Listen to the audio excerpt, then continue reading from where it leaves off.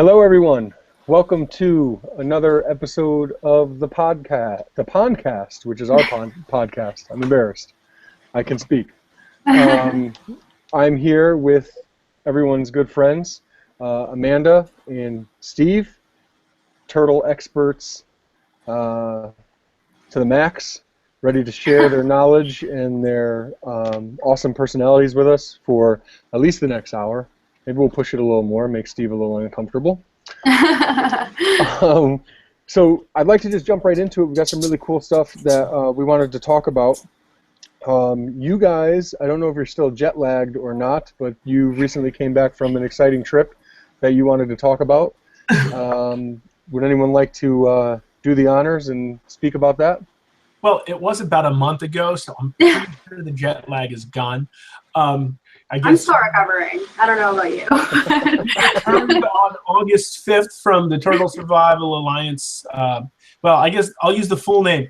The 14th Annual Symposium on the Conservation and Biology of Tortoises and Freshwater Turtles, which this year was held in New Orleans from August 1st through 4th. So we both returned home on August 5th. Today is September 6th. So we've been home for 32 days. So that went really fast. I can't believe it's been a month.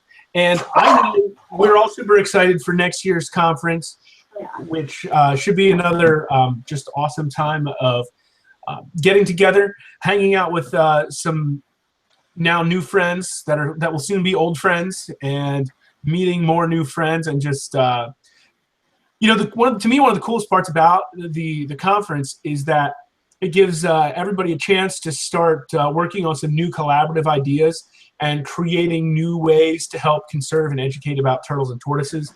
And I can tell you that happened this year, as it always does. That's great. That was amazing. Yeah, and for somebody who is really just breaking into this entire world of being a serious turtle person, it was just unbelievable. It completely ramped me up. It got me so motivated to, really streamline all my goals and think about my future and how amazing all these cool scientists were and how I want to be like them. And of course, I think it's awesome that it's in a different city every year. The last few years have been in different cities, because I probably would have never gone to New Orleans if it hadn't been for this conference, because I'm not really a city person. When I go on vacation, I want to go somewhere for the animals and for the wildlife, and that's the same thing. So you can tell that I'm only going to a place because of the animals. So New Orleans is a city, and maybe I'd go herping in Louisiana someday, but I'm not a city person. But this city was so much fun. Oh my God, I had people turn down. Oh my God, they are crazy. So going on River Street with a bunch of turtle people, you wouldn't think that it's going to get crazy, but it was so much fun, and I met so many people, and obviously the collaborations, and just the turtle room, and everybody knew who we were. All I had to say was oh yeah, I work for the turtle room, and they were like, oh cool, and it was so awesome. It really made us feel like we belong, which is awesome. That's so cool. I missed it, just so everyone out there knows. I'm a slacker. My wife is extremely pregnant. She's about 27 months pregnant right now. I'm not kidding. I didn't mistake the word weeks with months. Yeah, I almost thought I missed that or something. I was like, wasn't she supposed to be having a baby? Yes, she's a normal human, but when you carry a child that was sired by an elephant like I am, the gestation period is much longer. So yeah, it's like giving birth to aliens over here. It's a half human, the average of the 2 gestation periods, I guess, right? Yeah, it's like Blade. It's like Blade. It's as if Fiona had stayed human and she and Shrek the ogre had a baby. Right. Yeah, that's actually exactly what it's like. Yeah. Right. Oh, yeah. Hopefully the baby doesn't come out looking like Wesley Snipes. It's a half human, like Blade. But yeah, that would be awkward for her, I think. So yeah. So I missed it. I missed the fun time, but I got tons of updates, probably more updates than necessary, because Steve is super thorough, which I appreciate more than you know, my friend. But awesome. Yeah, it's just an amazing thing. I think if anyone can get out there, I think there are a lot of different activities, events, and things that happen throughout the course of the year, especially during busy season around the summertime. But, you know, really think about the TSA conference if you have the opportunity, the means to try to make it happen, because we've never experienced or heard anything but absolutely glowing remarks from people. And I just think about what it means, you know, the opportunity means to you, and as far as what you're trying to do with the hobby or your interests or whatever you want to call it. The TSA is the best way to really learn all the important things that are happening around the world. So it's awesome. I think hobbyists and even, you know, non-conservationists attending the conferences, I think, is something we'd like to see more of happen. It's a good way to help support the TSA and the other organizations that are kind of there. There's always, you know, some cool swag, T-shirts and stuff for sale by several of the organizations as well. You know, there's lots of different ways to, you know, help support conservation even by attending the conference. There's chances to donate to these organizations, to donate to the TSA, and even win items in an auction to do it as well. And on top of that, you get to spend some time with some interesting individuals. You get to learn a lot. And so it brings this nice educational experience, as well as a chance to support people that are actually, you know, doing some of the conservation work, even if you aren't one of those people. And there are, you know, a handful of private hobbyists who kind of show up every year and do what they can to support, you know, all these other individuals. That's great. So what I took away from that is go to the TSA conference because there's a chance to buy cool T-shirts. Yeah, and the food is amazing. Oh my God, don't even get me started. They had some awesome food. They had a party at the aquarium the first night, and the food was just phenomenal. And then I'm not even talking about New Orleans, just the way that they catered to us. Like every morning there was breakfast, and then we had an awesome party at the end at the zoo, and we got to go like behind the scenes and like, oh, you know, no big deal. A shingleback skink was born 2 hours ago. Awesome. Like it was just so cool. They just went out above and beyond for us, and I have never experienced anything like it. It was amazing, and I highly recommend. Like, you don't have to be a scientist to go. You don't have to be some big, you know, some big person who is doing something crazy. You just have to, you know, want to learn a lot about turtles, because you will learn a lot about turtles, and you'll meet. That's so great. That's so great, and that's a great segue into what we wanted to talk about. There was a specific conversation that you had, and you also just kind of have looked into the topic a little bit and wanted to share some information. Can you tell us what that is? Yeah, well, of course, you know, going to this conference, I have this weird thing nobody gets, because nobody's as like stalkery about scientists as I am, but people, you know, fangirl about, you know, like Justin Bieber could be walking down the road and I'm like worried about if he's going to cause traffic or something. I'm not like trying to get his autograph. I don't fangirl about much, but when there's like a really cool scientist in the room or something, I'm like going crazy. I'm fangirling. I'm like, oh my God, I'm too scared to talk to him, but like this is my chance. Like I need to go up to him and say something. And I just freak out. And so I've done that every single time I've ever been, you know, in the presence of a really cool person. And at the TSA conference, I was like, my blood pressure must have been through the roof. I was like sweating. I was like looking in the mirror every 2 seconds, like trying to make sure I didn't look like a crazy person. And I was stalking people because they were my idols, and I needed my chance to like just say, hi, I exist, hello. And one of those people, I saw his talk, and I've been, you know, obsessed. Of course, everybody who really loves turtles knows about the Yangtze giant soft-shell turtle. I don't even know if I'm saying that right. And that is the most endangered species of turtle in the world. There's only like 3 of them left on planet Earth. And in January, you know, one of those wild males passed away in China, or was it Vietnam or China? One of the two. And so it was, you know, it kind of brought it back into the whole media, you know, putting their lights on this whole issue that this turtle is going extinct, and the TSA is working really hard.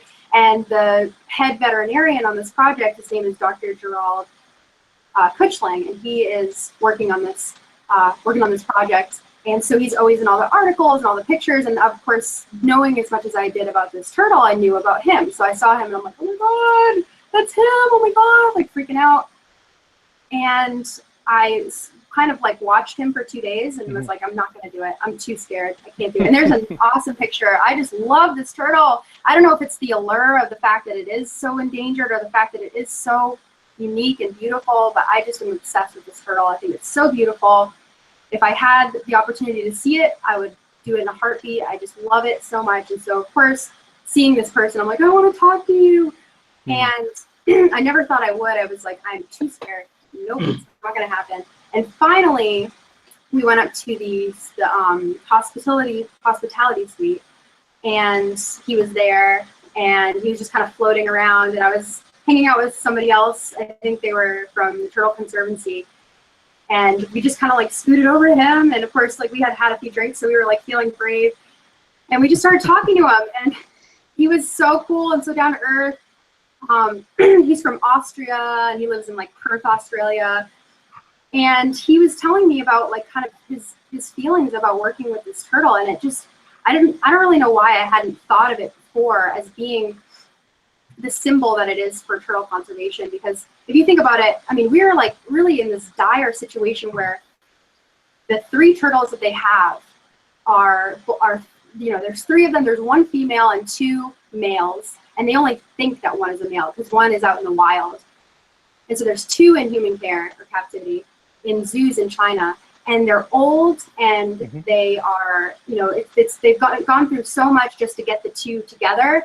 They initially introduced the 2, and they didn't breed. Something's wrong with the male, they think, where he just doesn't have reproductive organs that are functional for breeding naturally. And so they've been doing all these fertility treatments on the female.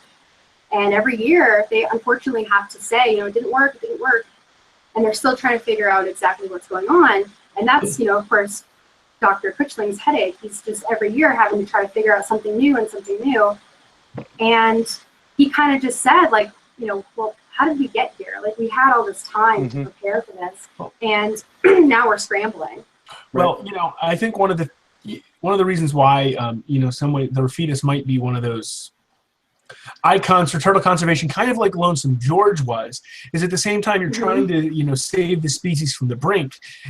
And then financially you have to be thinking, man, the species is all but gone. What could we be doing for other species if we weren't spending money? And so there's all these like things that swirl around. And then you take this species that there might be reproductive issues with the male. The thing is, if there is such a thing as a Colonian reproductive expert, Gerald Kuchling is that guy. However, pretty much every genus, their reproductive organs are a little bit different. I remember hearing him talk at last year's conference, showing us pictures comparing the hemipenis of the Rafetus to other soft shells, to other turtles, and how just different they are. And so he's even just trying to figure out exactly how all the organs of the Rafetus kind of actually, have the puzzle pieces put together to actually make things happen so they can try to reproduce it. But he's only got this limited amount of supply of these turtles to figure it out with. So it's not like you can just kill one off to dissect it and try to really figure out what's going on, because there are literally less than a handful of them. Yeah. So you take all these issues, you swirl them together, and so I think Rafetus has kind of taken Lonesome George's place as kind of that species that's literally, we think of species on the brink, but like this one's just like Lonesome George, it's like teetering over the edge, Yeah, like we're watching it happen, and it's kind of like one of those things where you're just watching it and you're helpless, and you just can't do anything. And like in that moment when I was talking to him, I was like, I'm not married, I don't have any kids, can I come with you? Is there anything I can do? Like, I will dedicate my life to this.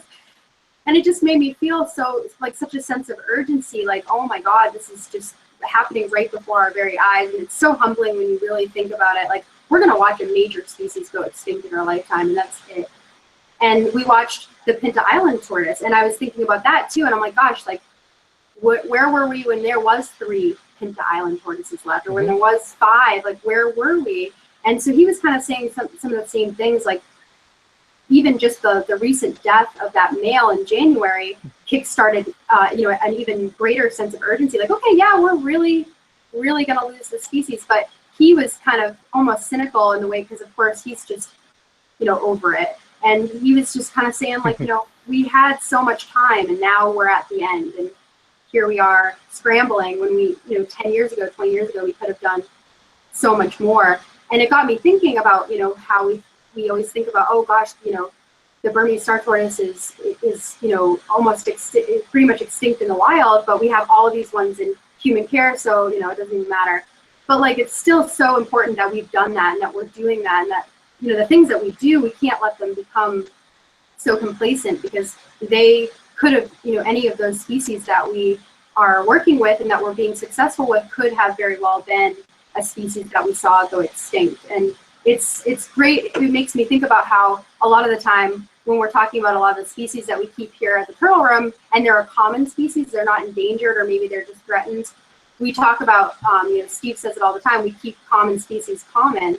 And that is just as important, in my opinion, because all these species that we see as being critically endangered, there's people alive today that remember when they were common, and it's just so quick that they go downhill. So it really got me thinking about how that story is so important to tell for not only turtle conservationists, but for the world, just to tell these stories of these turtles that we are watching go extinct. And maybe it's sad that we have to watch that happen, but at least we have those stories that come from it. That's like a lesson learned, So it was. Can I ask you a question? Mm-hmm. Can I ask you a question? Did you get down on one knee and offer to elope with Gerald? I mean, kind of like. Kuchling? It was. I mean, I didn't say like marry me, but I basically said I'll follow you anywhere to the end of the year. It sounded like, if I read between the lines, like no one's ever said that to me.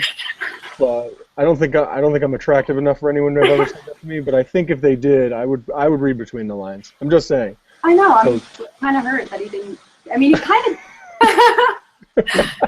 I don't know if he thought I was kidding, but like if he called me tomorrow, I'd get on a plane. Basically, is what I'm saying. Oh, that's so good. That's so good. Anyway.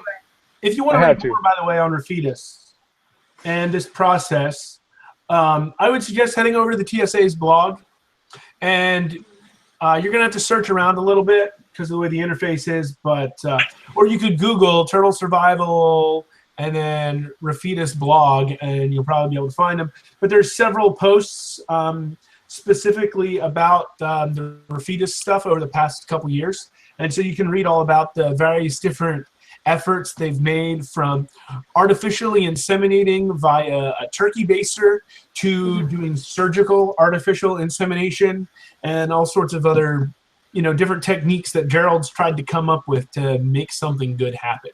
Because they do have a female that's laying like 70 eggs a year in a clutch, that is. I don't remember how many clutches a year. And so they've got a female who's turning out eggs, so they're desperately trying to get some fertile ones.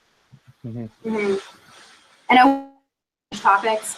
I was terrified to talk to Gerald, but he is the nicest, coolest, funniest guy I've ever met in my life. And I feel like if I saw him today, I'd just be like, hey, what's up, dude? How's it going? And then I would probably, be creepy because that's how I am, but I wouldn't feel scared anymore. And I love that because that's how, 90% of my heroes have been for me. And maybe it's just because, again, I don't want to meet Justin Bieber or like anybody. I want to meet these scientists who don't really consider themselves like these celebrities. So that's probably just a me thing. But when they say don't meet your heroes, I've never had it turn out bad. It's always been great. So. I've gotten to meet a lot of these gentlemen and women over the past 2 years at the conference, and I think 90 to 95% of them are pretty down-to-earth people, and a lot of them will just sit down and talk to you like you're an old friend. And so, we all share this passion, and so I think that joins us together. And in general, they're good people. So you sit down, and it's just sit down and have a brew or a glass of wine or whatever, and sit down and enjoy each other's company, and literally just feel like an old friend. I got to sit at the Louis Armstrong Airport in New Orleans talking with Anders Rodin for like an hour before our flight, and it's just like we were old friends. And so I haven't gotten to experience Peter Pritchard like this because his health is declining, but I've heard the same about him, and I've experienced it with Anders and Peter Paul Van Dyke and Gerald and Dick Vogt, and all these people. And so, if you want to experience that too, you can come on out to the conference as well. And again, you get to learn about all this stuff that Gerald's doing and all the other efforts. One of my favorite things that they did this year at the conference was they opened the first day with several organizations kind of giving an update about several things about, what their organization has done over the past year or so. And they closed the conference with individual project updates. And I thought it was a great bookend to really fortify and strengthen us working in conservation to help give us, just fire us up to keep going. That was awesome. That's great. So you met many of important people, Steve, but you didn't propose to any of them, and that's where you'll never hold a candle to Amanda. Yeah. Well, I am. She did it. You talked about it. She did it. That's the difference. Yeah, that's what New Orleans will do to you, I guess. Amanda spent one too many minutes on Bourbon Street. Yes. I'm gonna ask you any other questions. That's I don't true. want to know how many beads you guys came back with. I do not want to know. You know what? They're really nice about handing those out to people if you ask nicely. By the way, I think that was like my big discovery there. Is you don't have to do anything for them. They're really nice about it. But don't pick them up on the floor. That was the first mistake I made. Don't do that. Oh, I've actually been to New Orleans a couple of times, but never for turtles, unfortunately. I'm embarrassed to say. But so we can move along. Amanda, do you feel good moving along? Ready to let go. Let's do it. I'd like to talk about a cool story that John, our co-host, sent along. He couldn't be with us this show, but he did send along an interesting story, and it kind of made me a little jealous. It made me a lot intrigued, and kind of got me thinking about conservation, how many different ways there are to go about a certain task related to conservation. And basically this project, to stop kind of giving you a broad idea of the idea, I could just actually tell you about what it is it has to do with the lionfish, which is a popular aquarium fish. It's the one, if you've ever seen Deuce Bigalow, Male Gigolo, it's in that movie that he like accidentally kills or tries to keep alive or something like that. But the fish with the long veils, fins that come up, and they're actually they actually have like venom in their spines or quills or whatever the heck you want to call them. So that fish has become tremendously invasive, and the creator of the iRobot has come up with like a drone that's meant just to kill these fish because they've become very invasive. They have no real natural predators because they have their obviously great defense, and they are wiping out a lot of species that are important for like the health of coral reefs and things like that. So I just thought it was really interesting, and I sent you the link for the story, Steve, as well, and it actually has a picture of like this weird drone that really doesn't look like much. Like if I saw it in a box at a yard sale, I'd be like, I don't know. Right here, I think it's that green thing with the little cage around it. So, robotics in the service of the environment. Like, how cool is that? I love how they're like morphing so many different like professions now. It's like, oh, if you love animals and you just so happen to be this crazy robot builder guy, now you can do both. And I love this so much. I love learning about this. But back when I worked at the aquarium, we used to teach people about lionfish and being invasive, and we'd always be like, oh yeah, one of the solutions is that people are doing a lot of like trophy spearfishing for them, and they're hooking them up and eating them, and they're really good, you should eat them. But this, I wish I had known about this so I could tell people. This is so cool. And this is like exactly the type of stories that we try to get out there, because we want, especially the younger generations to be thinking like this, like thinking outside the box. Because now that we're so smart and technology is at such a place that we can utilize it, that's what we need to do, is just make cool stuff happen, I guess. So. I totally agree, and I think you touched on something that's so important. It's that no matter what kind of arena you come from, what background you have, what skill set you have, or knowledge base you have, bringing in our own unique life experiences or abilities to this common problem that affects our entire world can be so useful. That sense of community where we all bring something to the table. For a long time, in my younger years, I used to really feel kind of bad about myself that I couldn't do what I wanted to do for conservation. I always cared about turtles. I felt for a long time I went to school for the wrong thing. It's not what I'm really passionate about, but it's like you can still do something with what you have. And I think this is an example. Now, obviously, the gentleman who invented the iRobot is a little more well off than any of us three combined 100 times. But still, though, it's an important fact. I think we're for the most part, the turtle room in general is a pack of strays, so to speak. And that's always good. I see us. My degrees are in math and music.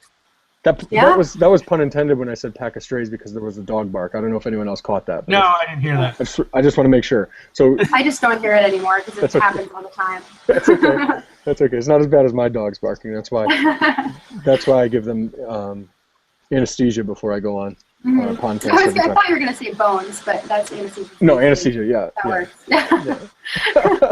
Oh my gosh. So I thought this was a cool story. Yeah. I love that. No, sorry to interrupt. It makes me think about how there are so many of us here just in the turtle room that, we don't all come from the same background, and we all have something to bring to our, little hodgepodge group of people that we got from another experience. And I love that so much. Like, we each have our own little, niche, our own little, thing outside of turtles that we can incorporate into turtles. And I love that. It just makes us stronger. It makes me think of, when you think of your ultimate zombie apocalypse survival group, how you have to have the doctor and the farmer, and you have to have all those crazy people, because they are going to bring something to your group to fight zombies, which is really important to think about these days, because obviously that's a real threat. So I think about it at least 20 times a week. Yeah, me too. I'm ready. I have downtime at work sometimes. When I do. Yep. It's usually about zombies. There's nothing better than a good zombie dream, because it keeps you on your toes. It really does. It's like, what if that was real? You would have died. You need to think about what you're going to do in these situations, and right. You have to have that emergency plan. It's true. Every zombie movie, someone has to kill someone who they love or care about, or at least know pretty well. And that's why the dreams are always good, because then you're out there hunting zombies and stuff, but then there's your boss, or there's your wife. I always get the one where it's my mom or my boyfriend, and I'm like, but I know, after watching so many episodes of The Walking Dead and so many zombie movies, that I think I could do it. I really do. And I give everybody I know permission to kill me if I was a zombie. I'm like, don't. It's not me. I'm gone. No. Remember that. I am gone. If I'm a zombie, you do that for me, okay? These are important. These are important conversations. Yes, absolutely. I put them right up there with the 401k conversations. Yes, and if I'm on life support type thing. Yeah, absolutely. Yeah. It's your future. It's your future. So if you don't, if you don't care about it, who will? You know what I mean? Your zombie plan. It's more important than having a will. I'm glad I'm not alone in this. You're not alone at all. You're not. I mean, Steve shut off his ears a while ago. He's just telling. He's on cruise control over there now. Okay. So let's keep moving. We digress. We want to talk about market prices right now, because we've been seeing some really odd trends with some of our favorite turtle species, and there's been a lot of conversation about this. So just wanted to talk about a few of those species that have been affected by this, and then kind of some of our ideas and some of our knowledge as far as why, and then some thoughts of maybe some species that this might happen to in the future, things like that. So basically, around the turn of the century, maybe even the first few years of this millennia. I just have to pause you there. Yeah. We grew up in, at least Anthony and I grew up in the 90s. So before the turn of this current century. So I'm still, when I hear the words turn of the century, I still think 1900. But no, turn of the century wasn't 1900 anymore. Wow. Right. It's really the turn of the millennia, yeah. But yeah, you're right. We're old. We're old. My beard is mostly gray. You can't see it right now, but it really is. This is why I don't get proposed to at turtle conferences, like Dr. Kuchling. I'm sorry. It's my one joke. I just keep back to that. So around that time, around the turn of the millennia, we'll call it that, you could find so many species that are really rare and expensive now for very cheap because they were being imported in large numbers.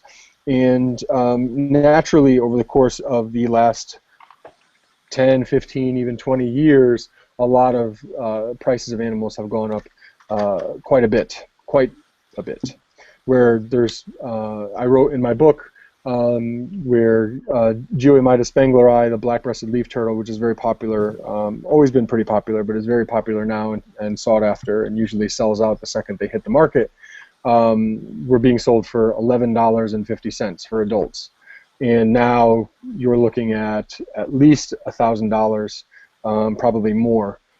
So over that time, what is that, 100 times the price that they used to be? I don't even think you could get a regular slider for $11 these days. Right. I think they're like usually. By the way, you can buy Anthony's book on Amazon. Woo! You can buy my book on Amazon. That's a real thing. Oh, hey, check this out. So cool. You've got 3 reviews for a 5-star for your book. Check this out. I have never read such an amazing book about reptiles. It's very informative but well written so that people who are not zoologists can understand. You can tell he's very knowledgeable about the topic and passionate. Great read. I will always keep this around as a reference. That's so awesome. It's awesome. And it wasn't your mom, right? It was not my mom. But I don't know who it was. I don't know who it was. You've got 3 reviews, and they're all 5-star reviews. So Anthony Leone is a 5-star author on Amazon. Yay! That's true. I can't wait to read it. Oh, If one, awesome. it's, Steve, you're the mathematician, so all it takes is one person to give me a 1-star, and then that messes the whole thing up.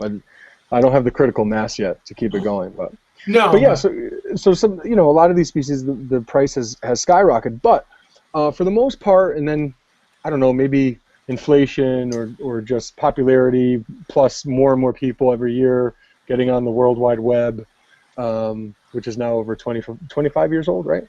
That was recent. The prices do go up steadily, and you can expect that. So anything you were paying whatever 4 or 5 years ago, you're going to be paying a lot more for the most part for it now. But there are some exceptions. There have been some species recently that have just gone through the roof, and the reason for that is the Asian market, in particular China, kind of driving the market. So one of those species, I should say one of those groups first, are albino turtles, which I didn't provide you with a photo of, Steve. Everyone knows what an albino turtle looks like. They went up quite a bit, and that was really what a lot of the public interest was in, and a lot of the public outcry about, like, here are these things that I can't get anymore, and tell me why are they going up so much, how long are they going to be expensive for, man, I missed my opportunity, stuff like that. But there were a couple of species, there you go. Thank you. The easiest place to find albino pictures, if anybody's wondering, is this Facebook page. Mm-hmm. Really good photos too. Is that Jared's? That's all Jared's stuff. Mm-hmm. Is that his? I didn't know that was his page. It's not all his stuff. Oh, okay, because he shares other people's stuff. Yes. Cool. That's awesome. You got to admit, some of the stuff is really cool looking, and we see them as a gateway turtle into more important subjects. Not to take away from those of you who dedicate your lives to albino turtles, but that's exactly what we'll do. Maybe people learn about something else after really getting into turtles because they love albinos. So anyway, people spoke a lot about albinos and morphs and the way that the price had gone up so high in such a small amount of time. But there actually are some other species, namely 2 Moremi species, the Kwangtung river turtle, or redneck pond turtle, Moremis nigricans, is one such species. And here's a picture right here of Chris Leone's. They are functionally, at the very least, functionally extinct in the wild.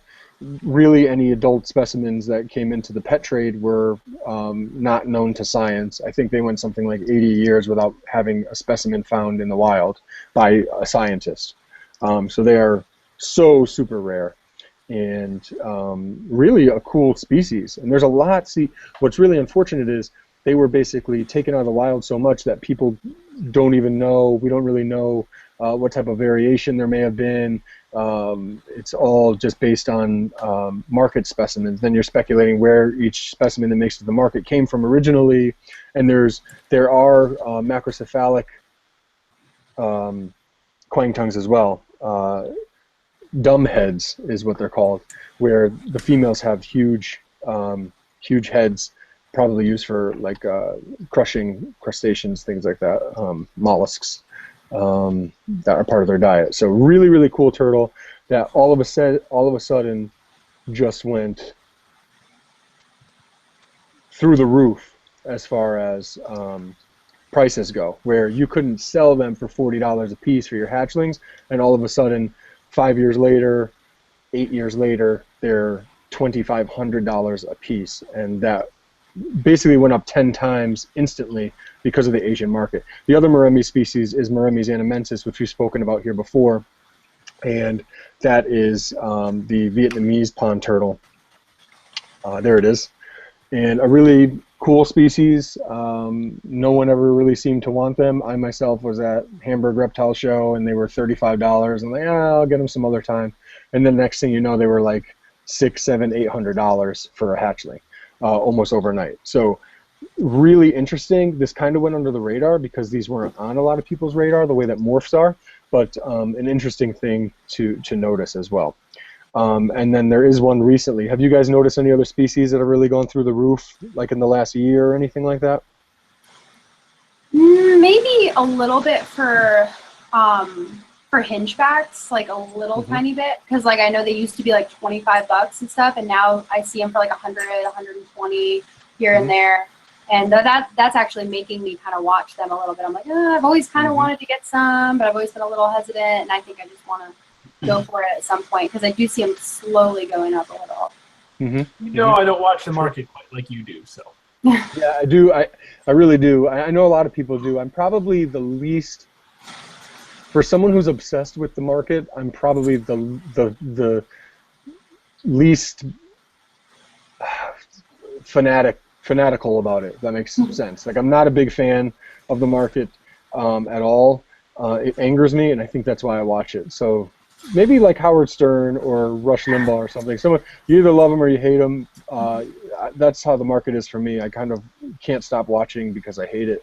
The one species that it's happening to now is the Chinese box turtle, or yellow margin box turtle, Cora flavomarginata, which is a species we love. This is another picture that we shared on our Facebook page that was the TSA's originally. But this is from an event where Chris and Steve and their lovely wives, Casey and Lisa, took some turtles to out in Pennsylvania for a unveiling of Turtle Eclipse, a new beer will be used to raise some money for turtle conservation, which is really cool. But that's a Flavo right there. Beautiful turtle. I love that. What they have in beauty pales in comparison to what they have in personality. So they're a really handsome turtle. They're not the most colorful, but that yellow on the head is really nice. And this nice, like, burgundy shell is really nice. But these things are the most personable animal you'll ever find. And the TSA has a taxon management group for them, and they have a tough time like giving them away, basically. If you're a TSA member, you have to be a member for 2 years now. A lot more people are starting to jump on that bandwagon because they've gotten so expensive. But again, it's the same exact thing. It's that Asian market driving the market demand and the asking price for these species, which is really interesting to see. but is not exciting if you've been waiting to take the plunge and then all of a sudden the animal that you were going to buy. I think, I mean, they didn't go up that much, but it was almost overnight. Like I could remember a few months ago, Chris selling hatchlings at Hamburg for like $100, $125, and now they're $350 is a really good price. So it went up pretty quickly. Oh wow!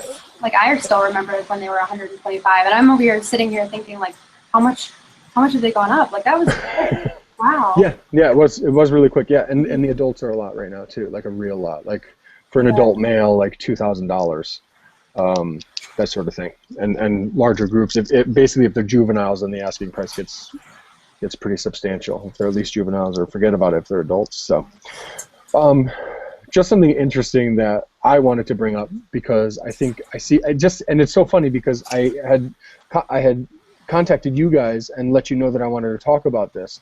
And I have an article on Anamensis and nigricans, the two Moremi species, and kind of their rise, and now it's coming back down in price, as far as their demand goes and everything. I wrote about that for the Badager this year, and so I wanted to talk about it here. And Flavos were what I was going to mention, the Chinese box turtle, because that's something I'm seeing right now happening. And it's so funny because after I commented to you guys that I wanted to bring it up here, somebody sent me an email asking me about the exact same thing, like this morning, and I was emailing them all day, like why did the price go up so much? It just happened overnight. So I had never really seen that I can remember before what's been happening recently, and some old timers could probably tell us more. I think mostly in the history of animals going up a lot in price has to do with importation closing. And then animals going down in price has to do with successful breeding, or a lot of importations happening at the same time. Sick adults coming in by the truckloads or by the whatever. So this is something that feels a little bit new to me, and I'm not necessarily an expert on the subject, but like Steve said, I really do watch the market trends quite a bit. So speaking of market trends, do not miss your opportunity. This is a in show, what's the word I'm looking for? Well, whatever I'm looking for, I'm not doing a good job. Yeah, thank you, Steve. Thank you very much. Promotion for something that the Turtle Room has made available to you, lucky viewers, who might be interested in taking a look, taking a gander, maybe making a purchase.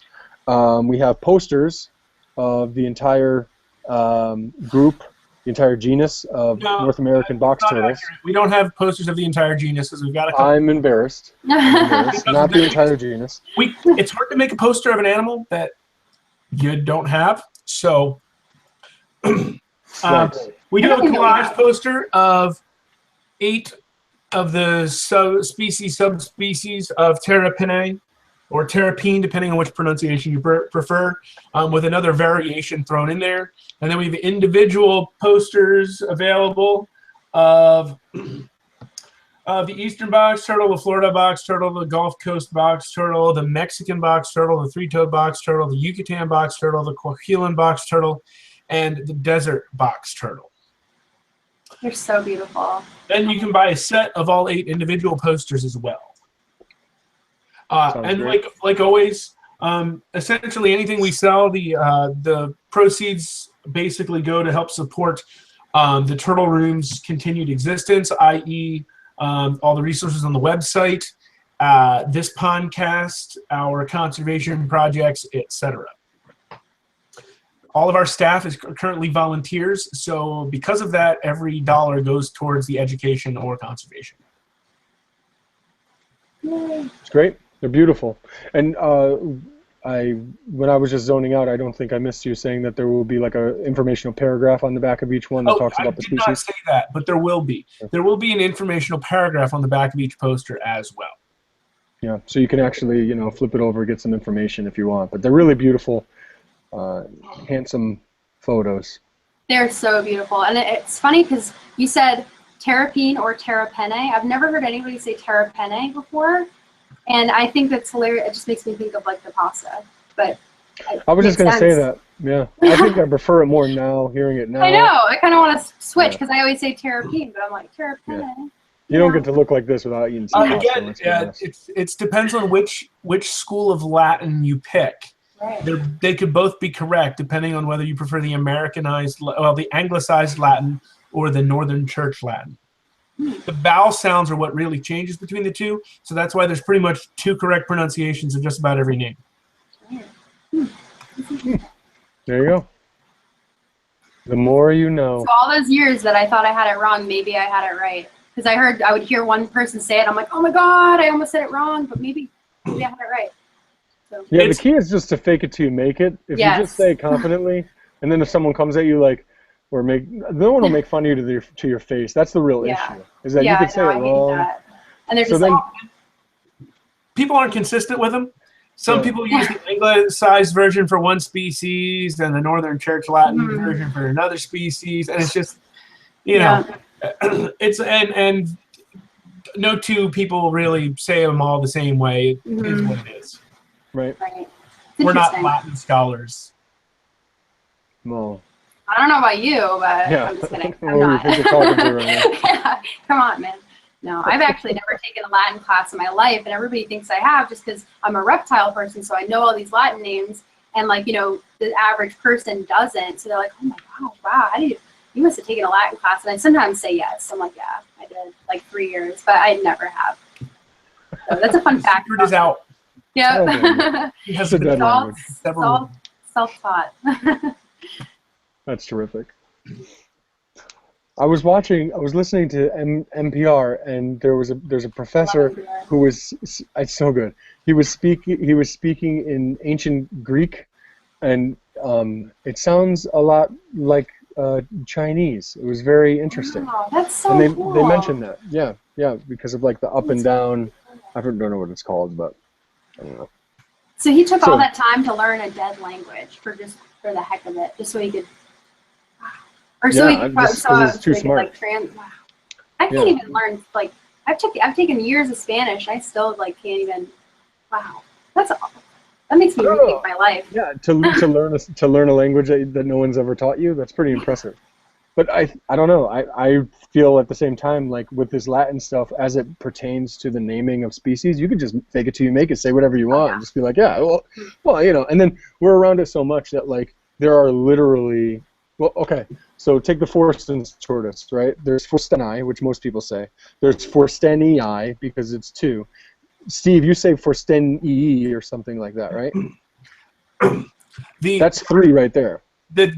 Right, and all of them are technically wrong for either school. What?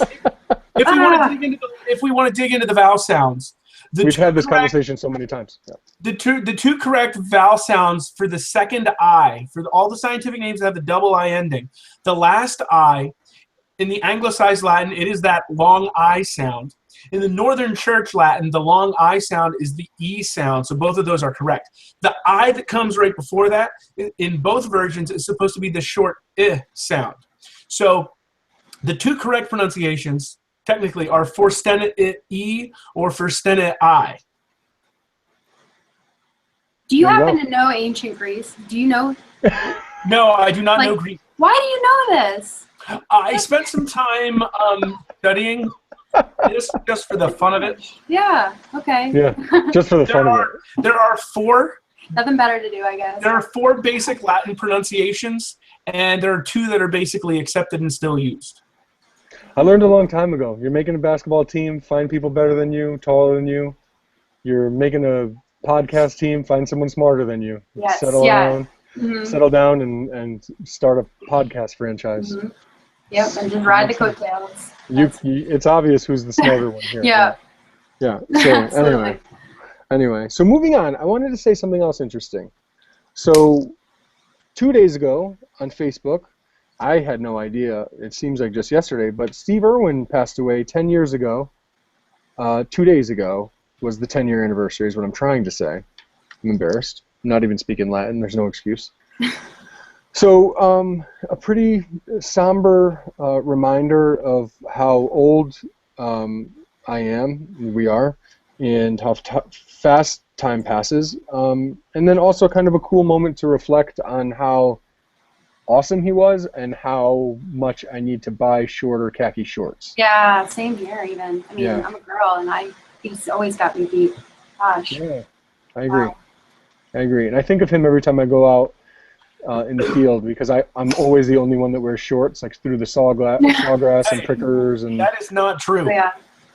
In fact, that's true. When we were out in April, by the time we were an hour into that first site, my shorts were a lot shorter than his. That's true. No. That's true. If you're counting the open crotch as short, then yes, Oh they were gosh. very short. The slitted shorts. We I'm tore embarrassed. about an hour into our first site, so. It was great. Yeah, I that was means the only you're one. really working.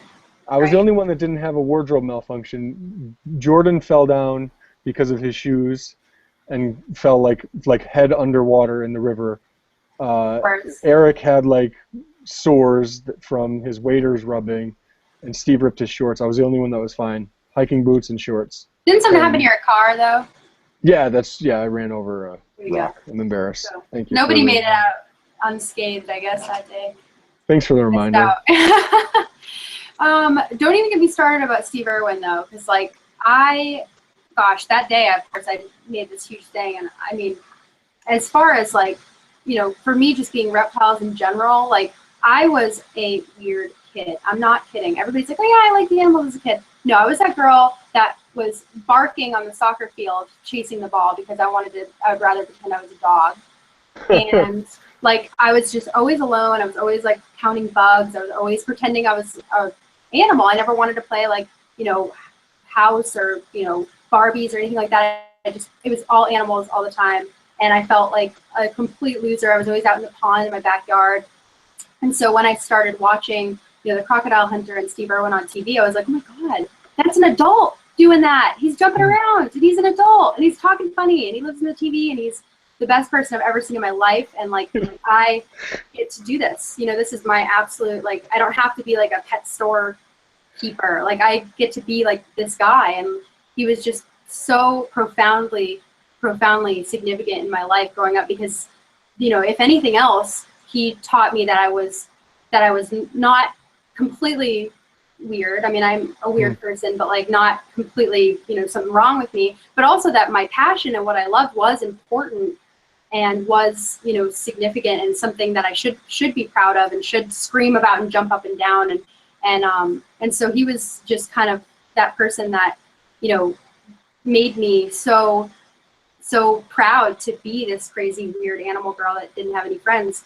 And you know, as I went on and got older, I've started looking to his videos for influence when it comes to my own educational, you know, style and things like that. And I think a lot of people, you know, I talk to a lot of people who are looking at Discovery and Animal Planet and waiting for these documentaries to come back, and they say, oh, you know, but Steve Irwin, he started the sensationalization of wildlife. But I think he really just started it in a way that he got people excited about wildlife for the first time. It wasn't just like, this is the water buffalo and its natural habitat. Like he was like, Crocky, mate, look at him, he's beautiful. Oh my God, he's gonna like, you know, and he's just get in there and he's like, look at this. This could kill me in 2 seconds and I'm gonna kiss it on the head. And like, hello, friend. Yes, I'm getting all excited. And she's like, what's going on? Are you possessed by the devil? No. But you know, he got people like excited and like, you know, it didn't matter if you liked animals or not. Like when you heard this Australian guy screaming across the room, you're like, what is he doing? And then you see that he's got like this huge, like iguana or something. You're just like, oh, that's cool. And you learn something. And he did it really well in a way that, you know, wasn't fear mongering or like, you know, sensationalized. And now Discovery and Animal Planet don't have that anymore. And it's too bad. Right. I think it was really interesting how you said that people thought that he led to the sensationalizing of that's I think that's so far from the truth. There's so much of that garbage already out when he was there. I hate to, you know, bring up my own feelings and negativity towards it, but just you know, that when animals attack and all that type of stuff was already alive and well when he was around. And I think what people like him and Jeff Corwin do or did in his case was really important and positive. Yeah, it was really positive. So, you know, what he was doing was dangerous, and that's why a lot of the negative people would say, like, oh, one day he's going to get killed by a croc, and it would hurt my heart to hear probably knew that, yeah. Yeah. And I think you accept that to a certain degree when you are in that line of work. You know, every time I work with, like, venomous snakes, I love venomous snakes. Someday I would love to have them. Like, I just have this passion for them, but I always think in the back of my mind, like, you know, what's going to happen? Am I really willing to put my life on the line for this? Like, is this really a thing? And you just have to make sure you never get complacent. But, you know, somebody like him who does this every single day, and I always tell people this too, because I worked at an aquarium and people always ask, hey, is that stingray that killed Steve Irwin? And of course I'd have to be like, yep, that's the exact stingray right there. We have him live in captivity, answer any questions, like, you know, he signs autographs or whatever. Like, but I had to explain to people, like, you know, they're actually very docile animals. There's never been a situation where somebody has been killed by a stingray except for that one time. And it just so happened to be the most famous animal person ever. So everybody thinks that they're so dangerous. But of course, you know, we all know that the barb went into his heart. And it was just an absolute freak accident. And I'm talking about, like, you know, I tell people all the time, it's the same as if you're running in the woods and you fall and, like, a stick goes through your heart or something. Like, are you going to blame the tree or something? It was such a freak accident. But the reason that Steve Irwin put his guard down that day was because he was working with a docile animal that is not known to be so dangerous. But it just goes to show it doesn't matter if you're working with a cobra or you're working with, you know, something far more docile, but that has that slight potential. You always have to have your guard up when it comes to wild animals because they're unpredictable. Wow, it's true.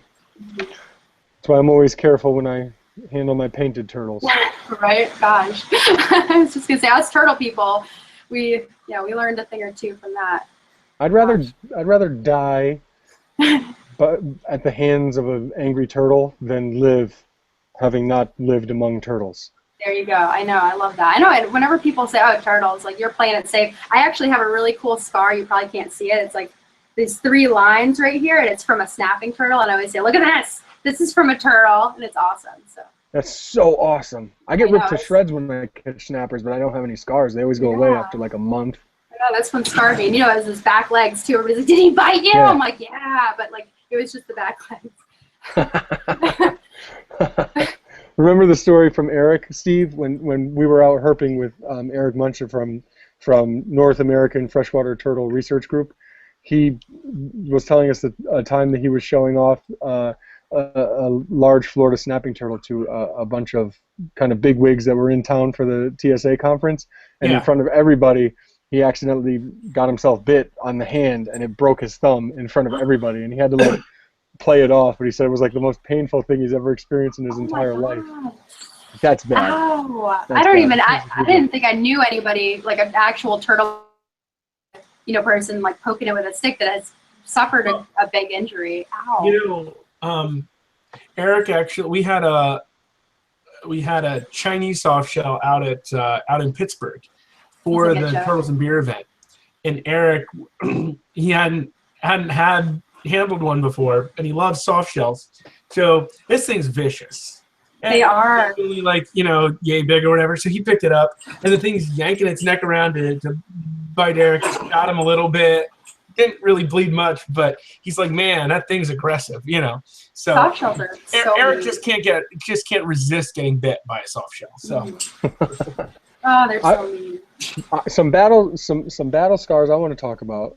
Battle wounds real quick, and then I'm going to rope it back around, so just bear with me for a second. I went out, I had some German scientists and authors visit me from Germany, came right to my neck of the woods, which is kind of sad for them, but I tried to show them the best time I could. I was really scared that I wasn't going to do a good enough job, but there are some cool turtle species up here in the Northeast, so I took them out, we had a good time, but I stepped on a hornet's nest, and I got stung like 15 times while I did that. The next morning comes, and I go to put my hand on the nets that we took out, like first thing, and I was in the middle of making fun of myself for getting stung so many times the day before by stepping on that nest, and I get stung by a bumblebee, like the big fat ones that nobody ever gets stung by. Yeah, the ones that don't sting. Yeah. Like yeah.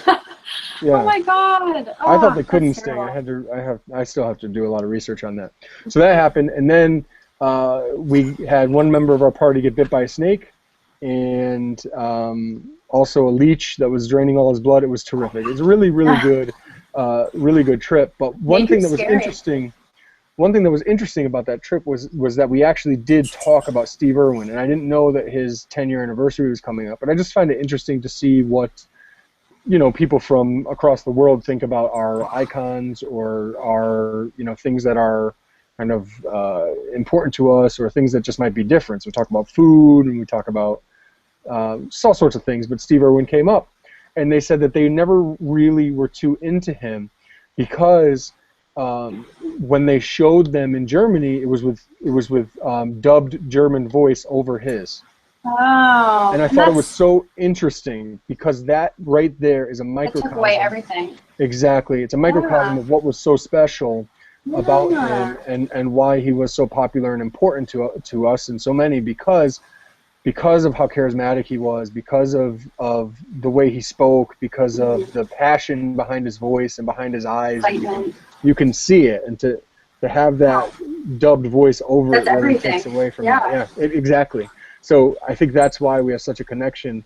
And maybe, I don't know, maybe it would have been different if we grew up in Australia too, where maybe he wasn't as exotic. Yeah. So, I have a fun story that I need to share before I forget, and it's quick, but it's like awesome, and I can't believe I forgot to share this like right away. So the first the first full-grown adult alligator that I ever worked with, or like went in and actually did like work with, where I was touching it, opening its mouth, feeding it, you know, picking it up, things like that.